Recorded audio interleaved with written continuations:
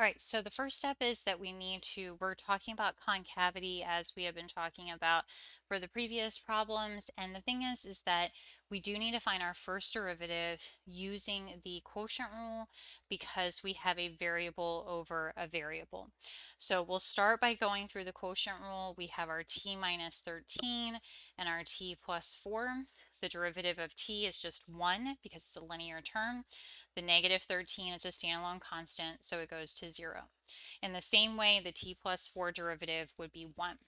Now, remember that this is over the bottom squared using the quotient rule, and we always start or begin with the bottom function. So my first derivative is going to look like t plus 4 times 1 minus the t minus 3 times 1.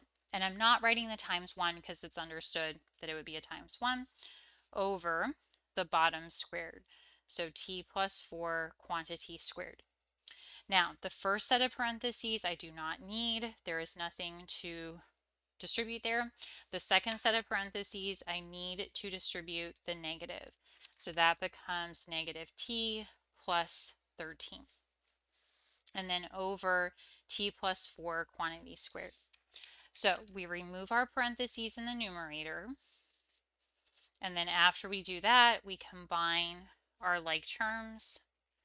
The like terms here would be the plus 1t and the minus 1t. Those are going to cross out. And then the 4 plus 13 will give us a 17 over t plus 4 squared is equal to f prime. Now, a lot of students are going to go into the quotient rule to find the second derivative. I do not recommend that. You are working way harder than you need to. Anytime you have a number over a variable expression, there's no need for the quotient rule. You can first simplify by moving that variable expression up. So we do need our second derivative because we're looking at concavity, but the easiest thing to do is going to be to first simplify and not go through the quotient rule. So I'm first going to simplify by bringing this quantity squared up, and so that will give us t plus 4 to the negative 2. Now that completes my first derivative. Now I need to take the derivative again. Now, to take this derivative again, we are in a good posture here because we have parentheses to a number. And you'll see whenever we have those parentheses to a number, what do we use? We use the general power rule or chain rule. So we don't need to go into the quotient rule. We can go into the general power rule. So what we'll do is we will start off by bringing the negative 2 multiplied by 17 to get negative 34. So again, the negative 2 times 17 is where I'm getting negative 34 from. Keep in mind that we are differentiating again. So this is now our second derivative. So this will be negative 34 t plus 4, keep the base, and then subtract 1 from the exponent.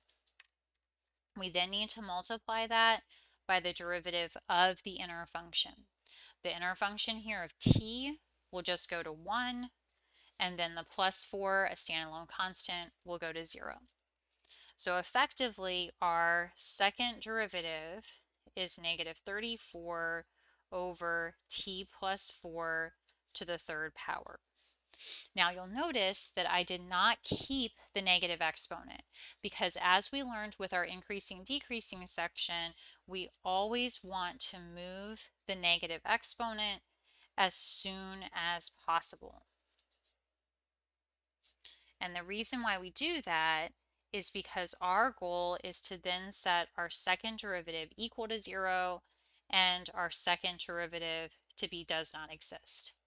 And that's going to amount to setting numerator equal to 0 and denominator equal to 0. So if we keep this negative exponent, that's not really helping us with anything because what do we do with that negative exponent? So anytime you're working through these questions and you have that negative exponent, always move the negative exponent as soon as you possibly can because then you'll have just your one fraction and you can go and set your numerator equal to 0 and your denominator equal to 0. So we'll do that on the next page here. We will simply set my numerator of negative 34 equal to 0 and my denominator of t plus 4 to the third equal to 0. Now, the negative 34 equal to 0, there's no x there to solve for or no t to solve for, so that is good to go. The t plus 4 cubed, that would be a cube root of both sides to get t plus 4 is equal to 0. And then that gives us t is equal to negative 4. Now, when we draw the derivative number line, we need to, as our second step, we need to draw the derivative number line. And we need to think about any sort of domain restriction that would be on that derivative number line. So before I say anything about that, I want you to kind of circle back to the beginning of this question and ask yourself, would you have a domain restriction?